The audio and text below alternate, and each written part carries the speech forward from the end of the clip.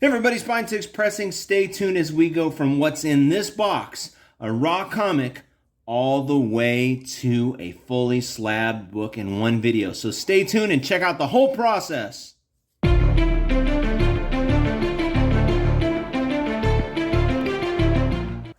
So thanks for tuning in, friends. What I've got here, to me, is a big book. I got it for a really low price, in my opinion. I picked this up for $38 plus the shipping and the handling. So I think it came to, I think it was about $51 with tax and everything total out the door. To me, this is a big book. This is an important one, one that I want in my collection. And we're going to open it now and take it all the way from raw to a slabbed book. So you're going to see the whole process here, and by the end of this video, stay tuned to the very end, we're going to see what the score is for this book from CGC. So let's get it going. I think this is a very undervalued book. I believe in my heart of heart that this character is a top tier character in Marvel. The reason why I believe that is I believe what sets Marvel apart from well, I guess it doesn't really set it apart from DC, but what sets the major characters apart is that they are often highly flawed and very, I guess, what's the word I'm looking for? Not inspirational. They are very easy to relate to, because they are so flawed. Now this is a little bit sketchy. There's nothing in this box. Bless their heart, this person who sent me this. And they were not a comic person. They were a dealer of memorabilia and things like that. And so I'm going to take it out. It looks like it did somewhat survive. The top is a bit messed up. Golly. We'll see. Sometimes I guess you get what you pay for, but I'm going to try to work my magic on this book and get it up to as high a grade as I can possibly get it. I'm not sure if you can see the book inside. Look at this, just not even taped down. Goodness gracious. You're starting to see it. I think some of you out there know what this one is. And look at that. That bag and board is trashed. It's not even taped down. Sketchy, sketchy, sketchy. And the book went up and down, but it looks like it may have survived the journey. And it is. Alias #1, the first appearance of Jessica Jones. What really caught my eye is I didn't see any type of issues on the spine. I did see an issue up here in this corner with a little bit of a bindery issue. Corner looked sharp. Bottom right corner looks sharp. And there it is. So next I'm going to get it out of the bag and board, and it's going to find its new home into a brand new bag and board that's a little bit better than the one it came in. And then I need to evaluate this book and see what the flaws are and see what I can correct, if there are any things that I need to correct. I'm going to put it in my press, and I may gonna look at it and see if there are some creases that need. I don't see anything right off the top of my I don't see anything right off the top of my hat right here. I'm not real happy with the staple placement. You know, sometimes you get a staple, and I don't know if that's indicative of some kind of spinal roll, that the one half of the book is rolled forward, so you see a little bit more of the staple here, and the bottom one is a little bit more obscured. I'm not sure, but I'm happy to have this book. I'm happy to get it for what I paid for it. And I got to tell you, this is the key, everybody. This is the key. The key is you make your money on the buy. So you really need to try to find the best quality book for the lowest price. And I thought I did. This one I did got in an auction, and I think I put a max bid. It looked like about a 7.0 to me. And so my little trusty, I use oh gosh, what comiccollector.com or something like that. I use its little free little application that lets me look up books, and it said a 7.0 raw was about 46 bucks. So I put down a $46 bid with about 20 seconds left, and voila, I got it for 38. So that, to me, that was great. I was very happy with that. So this one, fortunately, it did make it okay. That's not how I would pack a book, but you know, that's the risk you take when you buy things. I did buy this one off of eBay, so that is the risk you take. So, all right, next up, let's get it out of this bag and board into a new bag and board. But before that, we're going to assess any issues with the book. All right, here we go. Let's get it out. I'll probably discard this tape if I can get it off. I don't recommend ever using this masking tape.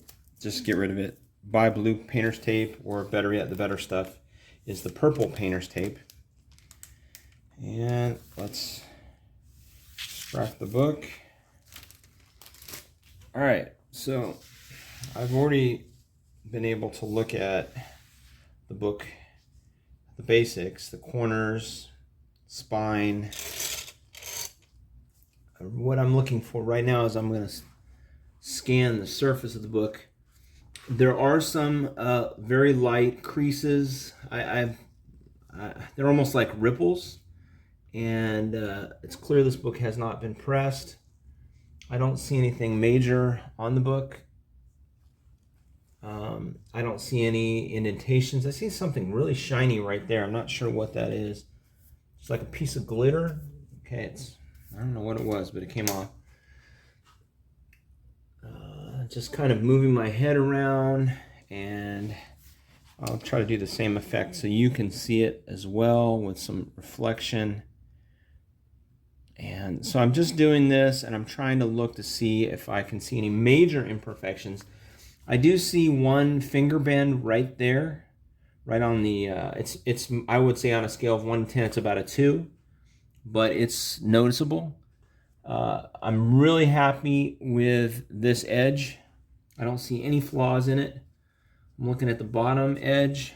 I see a little white discoloration there, a little speck. Nothing there.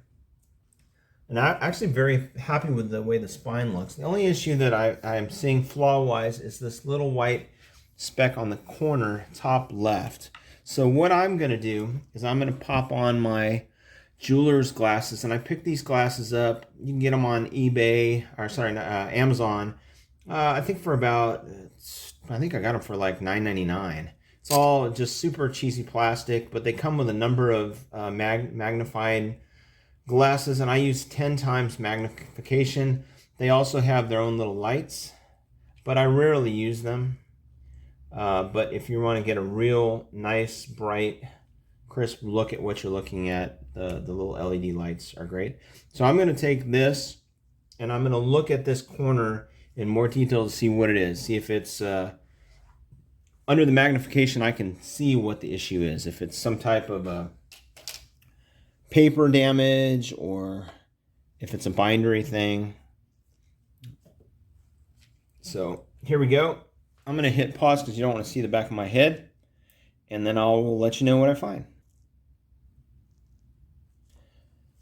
Okay, good news and bad news. Good news, I was able to see exactly what the issue is. And the bad news is that what it appears to be is like a tear, possibly some kind of, like, it almost looks like a chunk, a layer of the paper very cleanly has been removed. It's real small. I mean, it's minuscule. Maybe, I mean, it's smaller than a millimeter. It might be 1 millimeter at the most in that corner. So it's going to be a little bit of a crapshoot to see what CGC thinks about that. So what I'm going to do is let's get this flipped over, and let's look at the back of the book. Front, all in all, I'm really happy with the appearance of the front of the book. A press is going to take out that crease. There's nothing I'm going to be able to do about that corner. But I think some of these little rolling waviness of the book will all press out. Corners look crisp. I don't see any issue. No blunting, no crushing of the corners.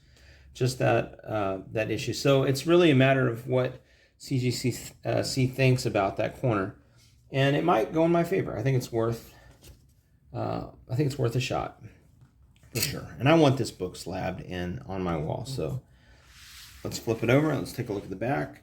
I did have images of the back of this book, and it looked fine. Okay, so moving around here, I'm looking for any flaws. I see it's not a bent corner, but it looks like there was some pressure placed right here, and I've got a curved indentation on that corner. The spine is flawless. Corner is flawless there. Maybe an ever so small spine tick here. It looks like there's some type of a residue. I think it's just grime, a little bit of dirt right in there. And I believe with the dry cleaning, and then if I hit it with a little bit of the dryer sheet, the unscented dryer sheet, I think I can put the shine back in there. I see a finger bend here. Top corner, this edge is rolled forward. And the corner, I'm real happy with the edge. Corner looks fine. Top corner, bottom corner looks fine. When I get at an angle, I see kind of like a little hazy, a little bit of haze here. I'm not sure what's going on here. It could be a fingerprint, some fingerprint residue. I'm not sure. So I'm going to just take, it looks like dirt, like a grime. If I could describe it, I'd say it looks like, you know, if somebody had their thumb in some dry washing machine detergent and like a little bit of white grime. Now, some of it came out with the pad. I was able to remove some of it, but I still see some of the larger specks. So I'm just going to run up and down the spine, and I'm moving it. Notice I'm moving it this way so I don't roll that edge up. Sorry, the edge, not the spine. So I think what it is it might be fingerprint residue. I want to look at these areas under with my jeweler's glasses, and I'll let you know what I see. All right, took a look at the back cover. I see some things that really are not visible to the naked eye. So that I'm pretty pleased about. I really can't see them at this point. Right up in here, or somewhere up in this area, right in there, is a scratch. I can't see it with my eyes, and I'm trying to angle myself. I still can't see it. So what I did see right about in this area, it appears to be a fingerprint, some fingerprint residue. A lot of times with an oily fingerprint, someone will touch it on that, and then you get either residue or a little bit of color loss. I'm going to try, and it's worked in the past, I'm going to try some dryer sheet buffing in that area. Sometimes that helps. I think what happens sometimes is the fingerprint pulls some of the gloss off the cover. So the unscented dryer sheet, very important. I like to do a final buff on the book, and it just kind of leaves a real nice gloss to the book. And then when I put it in the press, it just kind of sets it. The book comes right out, looks beautiful. You know, I don't have any buildup of the gloss. I'm really not sure what it does, but it's magic. It's a magical part of my arsenal as a cleaner, and I've used it several times, and I'm a believer in it. So what I saw down here is I saw a little bit of an issue around the bottom staple, a little bit of tearing, and then I saw some color loss on this corner, although it's not really visible to the naked eye, and up here. So all in all, I don't know. We'll see. I think if I can get some of the bends out of the book, and there really are no flaws in terms of creasing, and if I leave a nice pretty gloss to the book, for lack of a better word, I think I may get the benefit of the doubt with this one. Notably because they're just the spine looks so good. It really looks as if the book has never been read. So it looks like it's been handled, but never been read. So here's what I'm going to do. Here's my prescription for this book. Uh, Definitely needs a dry cleaning with some these facial pads. I would say the next thing I would do is very lightly go over. I'm going to probably cut a new block, but this is the Absorine sponge, and I would go over very, very lightly, very, very lightly, go over the entire book with an Absorine sponge. And probably at that point, I think I would go with my final step, which would be, I'm not sure if you can see them, but the unscented, a brand new unscented dryer sheet. They come out just like they do when, you get them from the dryer. And I like to fold this one. I like to fold them back and kind of fold it on, and then this little back flap put over the top. So I have a nice uniform surface here, and sometimes I will fold this surface in half. And so I like to use this as a way to just polish the book. And I don't know what, I'd love somebody to be, maybe you can let me know in the description below if you've used this technique. But there's a little bit, I've looked at the pad with my jeweler's glasses, and you can see kind of a honeycomb type of lattice pattern. And it's it's obviously a little bit waxed. And so I think what it does is it gives a little bit of resistance. It does kind of like a little bit of buffing and cleaning to the book, and then it leaves a little bit of a nice gloss. So that's my prescription. Boom, boom, boom. And then I'm going to put this one in the press. I would use, for this particular book, it looks really nice and flat, and I wouldn't want to overstack it. Probably a 65-pound sheet of cardstock is going to go in the center of the book.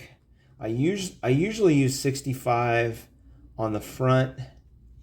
I put it inside the front cover and inside the back cover. And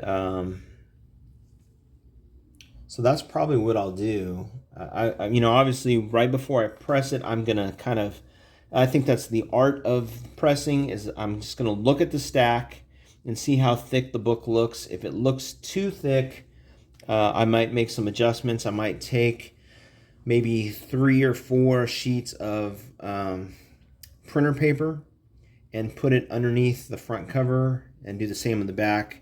And I think that's that's probably about 40 pounds. That'd be the equivalent of about a 40-pound cardstock sheet. So you don't, I know a lot of pressers say out there, just take, a backer board under the front, backer board under the back.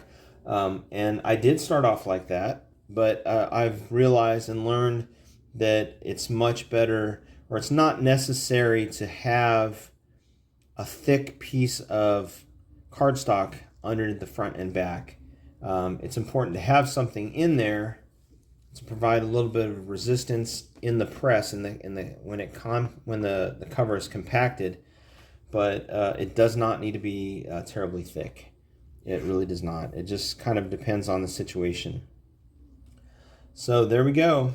Now I'm going to start with the cleaning, and from there it'll go into the press. And so stay tuned. You're going to see all of these steps. And at the very end, stay tuned to the very end, and we're going to see this book. We're going to see the end result from CGC. See what I got. So, hey, if you like these videos, please give this video a like. Please subscribe to this channel. I love comics. I love this hobby. I love pressing and cleaning books. It is so much enjoyment for me to do. And I love working on books.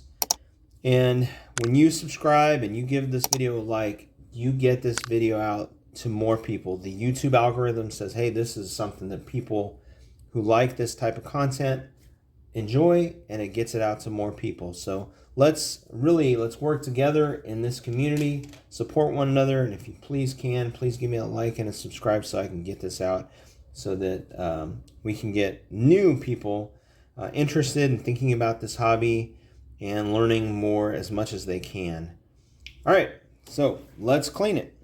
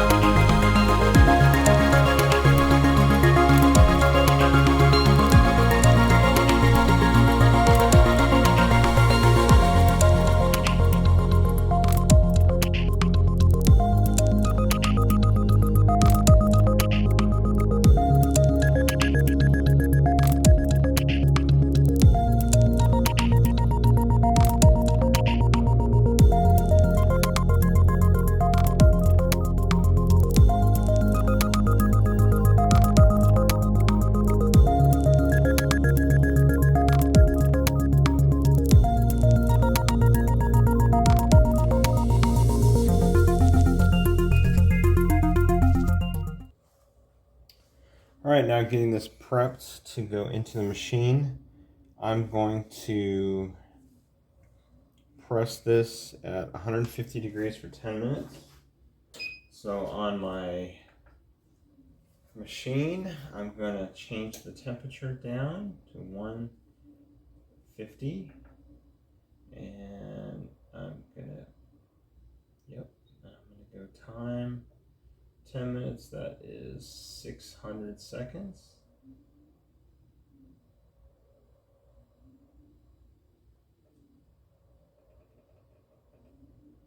Okay, so I've got it all set up. I've got my aluminum sheet. I'm actually going to put my aluminum sheet, both of them in. I like to warm them up a little bit. So while those are warming up, I'm going to prepare the rest of the stack. So what I've got is I've got a 100-pound piece of cardstock that's in the center. And then I'm going to add 2 pieces of 65-pound cardstock inside the front cover and 1 inside the back cover. This is always a little dicey when you get in there. The cover. All right, so I'm gonna tuck it in there as high as I can. I like to get it aligned with the center backer board. There really are no major creases. This book is really very flat. So I really don't think I need to introduce any humidity to it. I'm going to give it a press without the humidity, and then I'll reevaluate, see if I like the results. If I don't like the results, then I will add humidity and repress.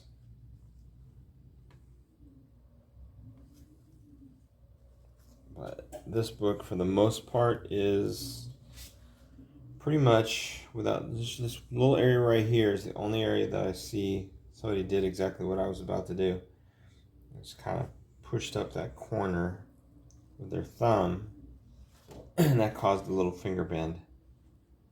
So again, looking to align. Really happy with the cleaning of the back. A lot of dirt came off on my makeup pad, and tried to hit the white areas, and I really don't see much residue anymore. The little buffing, my little buffing work with this dryer sheet helped tremendously, and I only see the issue really along the edges, and just kind of this side-to-side motion just puts a little bit more gloss back into the edge, the area near the edge.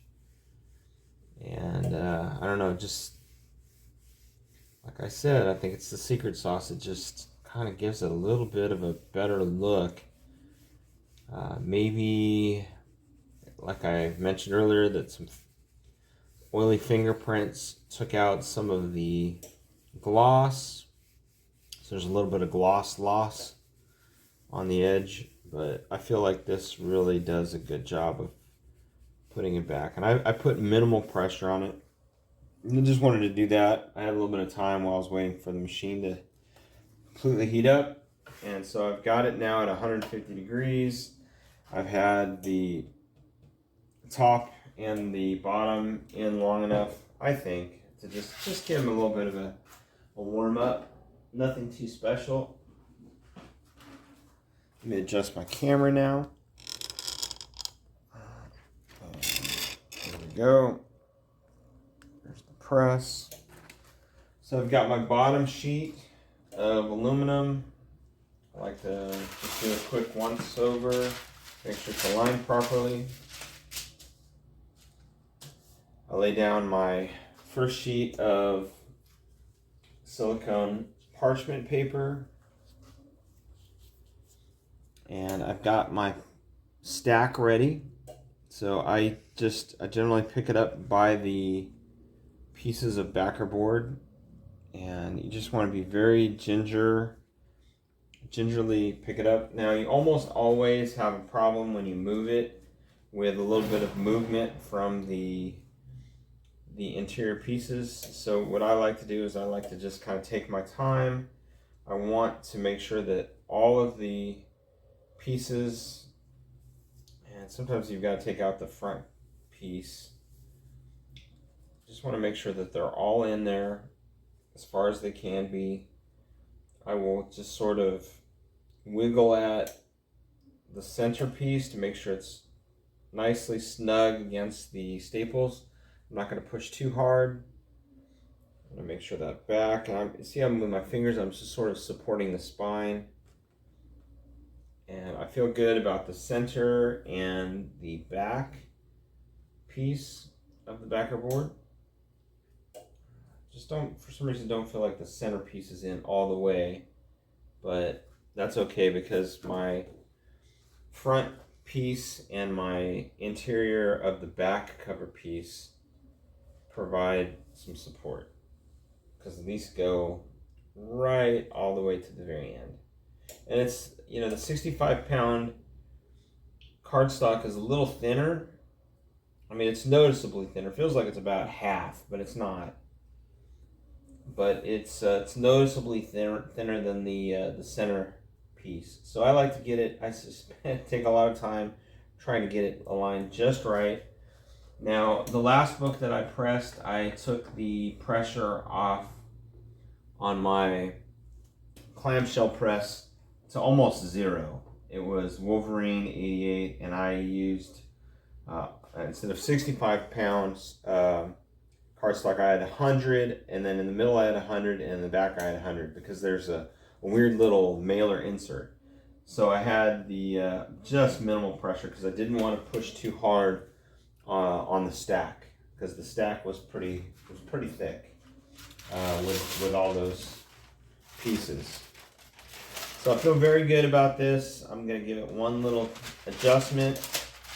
I like the alignment. I've got the spine facing the interior of the clamshell. I'm going to put one more of my silicone release paper sheets on top. Make sure it's in there just right. The nice thing about having the aluminum sheets is that once you put it down, you don't have to worry about any kind of movement inside on the, you don't have to worry about the sheets moving on the book. So I just get it on there. I want to align it. I like to get it nicely aligned. And so I'm ready to press at this point. So I'm going to close my clamshell press.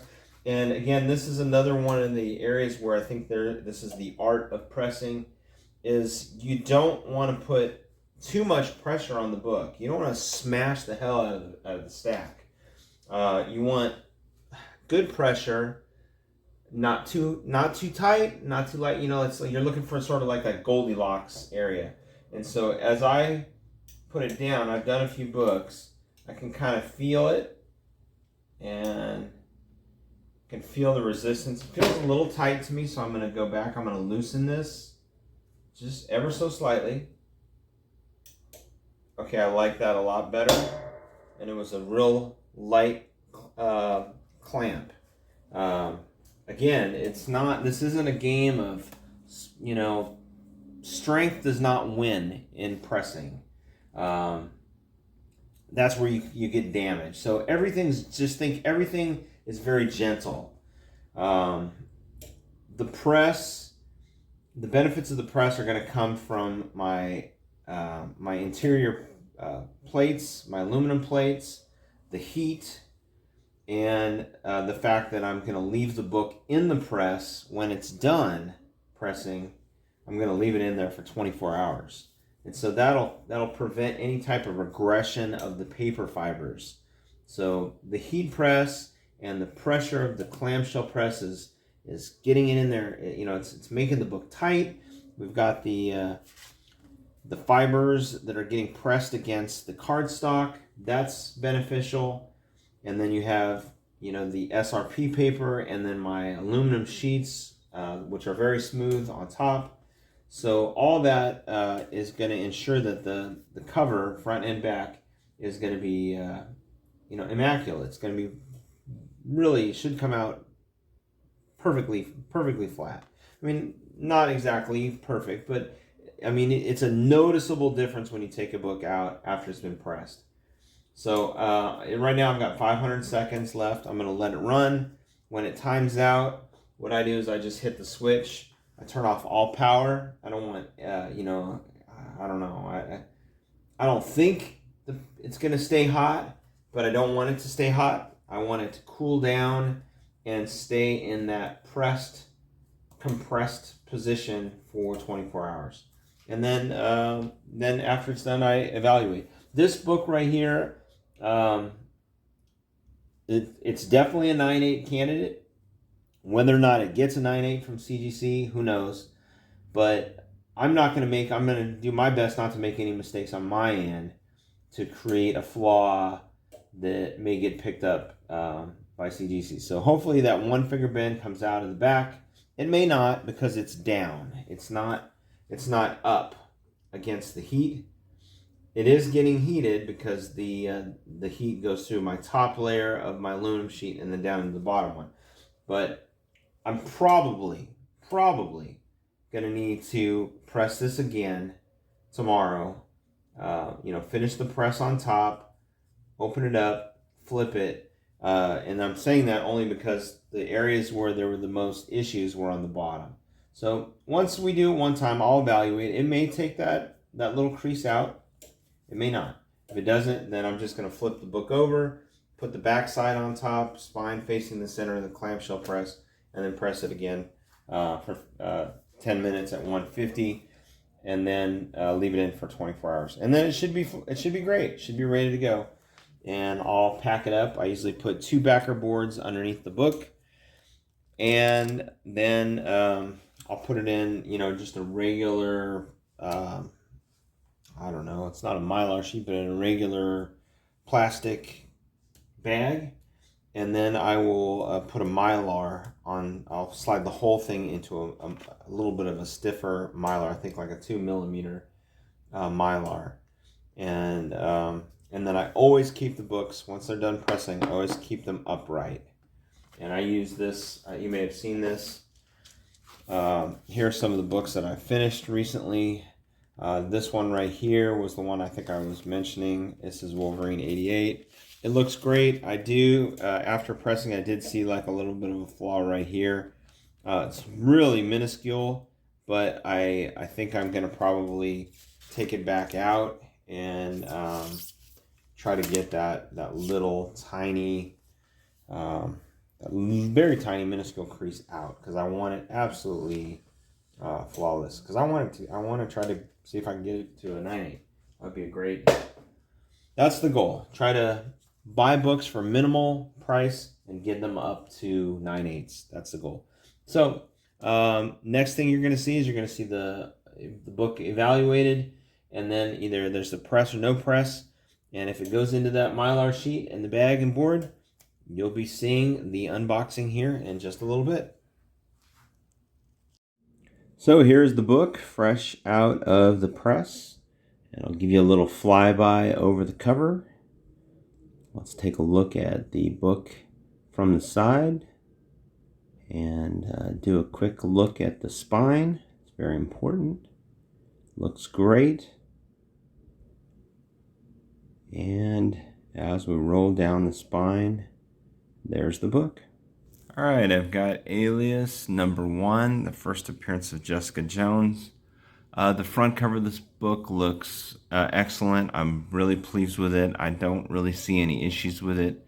I am going to predict that this book will be either a 9.4 or a 9.6 based on the back.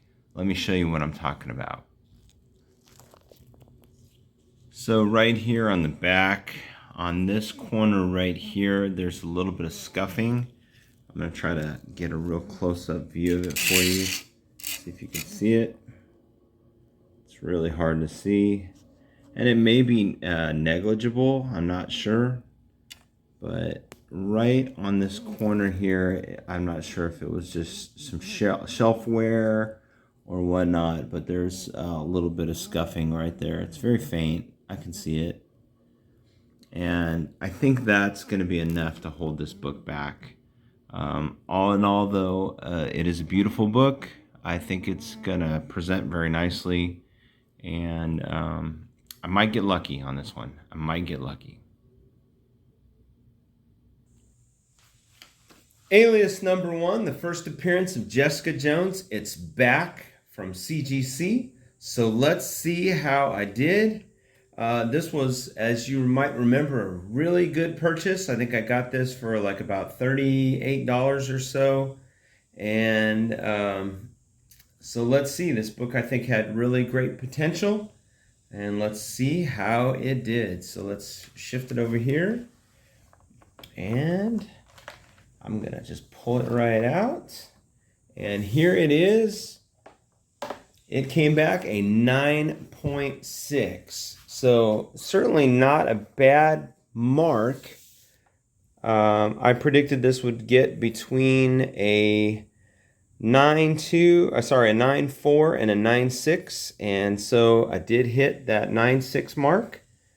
But this book had some limitations to it. It's really tough with a lot of the modern books. They've got to be really flawless in order to get up in that area. But you can see it's difficult to tell right here, I think, in this lighting. But there is some slight scuffing right around this corner and around the staple. I noted in the video that you've just watched that there was a finger band here. That's been eliminated, so I was able to get that all out. And so that was the final grade. First appearance of Jessica Jones, though. So I think this is a big book. I'm very happy with it. I'm not sure what I'm going to do with it. Maybe I'll put it out there for sale and see if I can try to find myself a 9.8. But I'm pretty happy with this one, all in all. There you go. So there's the finished version of it in a nice CGC grade. Let's take a look at I'll give you a little bit view of it. And no grader's notes on this one. Front itself looks really nice. A little bit of issues that are kind of jumping out at me, looking at the slab, this top left corner. There was a little bit of wear there. All the other corners look great. And then on this back side, this little area right in here, there's a little bit of scratching that occurred, probably some shelf wear. And unfortunately, I think those are the factors that held it back. Other than that, it looks pretty damn good. So there it is. Jessica Jones, Alias #1, in a 9.6 from CGC. So thanks for tuning in. I really hope you enjoyed this channel. Hope you like videos like this. Take a look at some of the other content that I've got on this channel. Let me slide this over. I'll slide that over and you can see it right here. So please take a look at some of the other videos that I've got. And thanks for being here. And as always, happy hunting.